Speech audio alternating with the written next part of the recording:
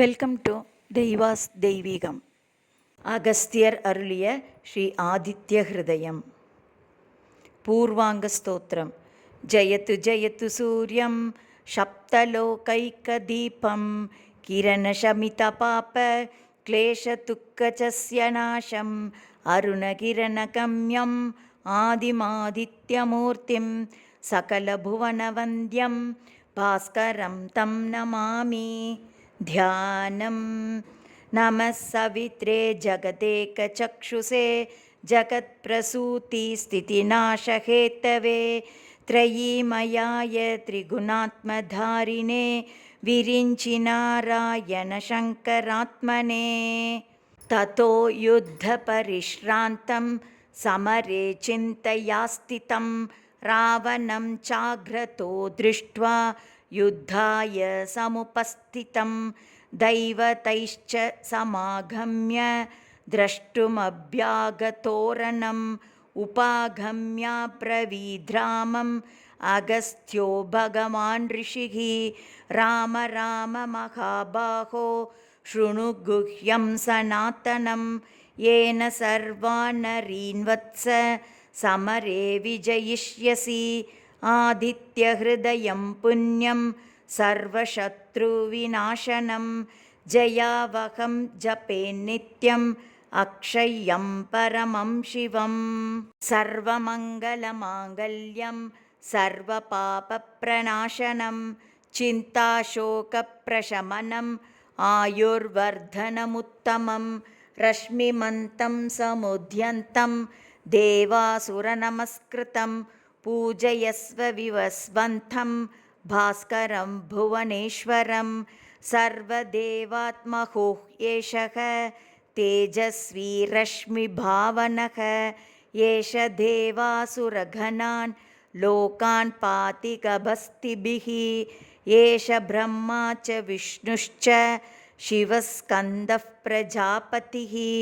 महेन्द्रो धनदः कालो यमः सोमो ह्यभाम्पतिः पितरो वसवः साध्या ह्यश्विनौ मरुतो मनुः वायुर्वह्निः प्रजाप्राणः ऋतुकर्ता प्रभाकरः आदित्यः सविता सूर्यः खगः पूषा गभस्तिमान् सुवर्णसदृशो भानुः हिरण्यरेता दिवाकरः हरिदश्वः सहस्रार्चिः सप्तसप्तिर्मरीचिमान् तिमिरोन्मतनः शम्भुः त्वष्टा मार्ताण्ड अंशुमान् हिरण्यगर्भः शिशिरः तपनो भास्करो रविः अग्निगर्भोदितेः पुत्रः शङ्कः शिशिरनाशनः व्योमनाथस्तमो भेदी ऋग्यजुस्सामपारगः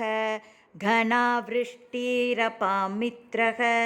विन्ध्यवीतिप्लवङ्गमः आतपी मण्डली मृत्युः पिङ्गलः सर्वतापनः कविर्विश्वो महातेजा रक्तः सर्वभवोद्भवः नक्षत्रग्रहताराणाम् अधिपो विश्वभावनः तेजसामपि तेजस्वी द्वादशात्मन्नमोऽस्तु ते नमः पूर्वाय गिरये पश्चिमायाध्रये नमः ज्योतिर्गणानां पतये दिनाधिपतये नमः जयाय जयभद्राय हर्यश्वाय नमो नमः नमो नमः सहस्रांशो आदित्याय नमो नमः नम उग्राय वीराय सारंगाय नमो नमः नमः पद्मप्रबोधाय मार्ताण्डाय नमो नमः ब्रह्मेशानाच्युतेशाय सूर्यायादित्यवर्चसे भास्वते सर्वभक्षाय रौद्राय वपुषे नमः तमोघ्नाय हिमग्नाय शत्रुघ्नायामितात्मने कृतघ्नघ्नाय देवाय ज्योतिषाम्पतये नमः तप्तचामीकराभाय वाग्नये विश्वकर्मणे नमस्तमोभिनिघ्नाय रुचये लोकसाक्षिणे नाशयत् एष वैभूतं तदेव सृजति प्रभुः पायत् एष तपत्येष वर्षत् एष गभस्तिभिः एष सुप्तेषु जागर्ति भूतेषु परिनिष्ठितः एष एवाग्निहोत्रं च फलं चैवाग्निहोत्रिणां वेदाश्च क्रतवश्चैव क्रतूनां फलमेव च यानि कृत्यानि लोकेषु सर्व एष रविः प्रभुः येन मापत्सु कृच्छ्रेषु कान्तारेषु भयेषु च कीर्तयन् पुरुषः कश्चिन्नावशीधति राघव पूजयस्वैनमेकाग्रः देवदेवं जगत्पतिम् एतत् त्रिगुणितं जप्त्वा युद्धेषु विजयिष्यसि अस्मिन् क्षणे महाबाहो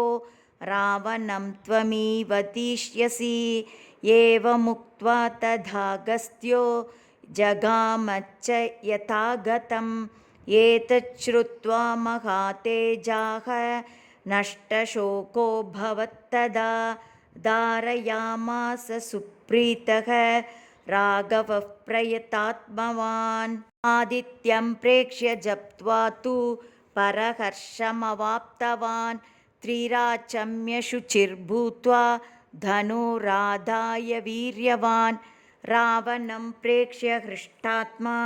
युद्धाय समुपागमत् सर्वयत्नेन महता वधे तस्य धृतोऽभवत् अत रविरवतं निरीक्ष्य रामं मुदितमनः परमं प्रहृष्यमानः निशिचरपति संक्षयं विदित्वा सुरगणमध्य गतो वचस्त्वरेति इत्यार्षे श्रीमद् रामायणे वाल्मीकिये आदिकाव्ये युद्धकाण्डे पञ्चाधिकशततमः सर्गः इति आदित्यहृदयं समर्पयामि। सूर्यं सुन्दरलोकनाथममृतं वेदान्तसारं शिवं ज्ञानं ब्रह्ममयं सुरेशममलं लोकैकचित्तं स्वयम् इन्दिरादित्यनराधिपं सुरगुरुं त्रैलोक्यचूडामणिं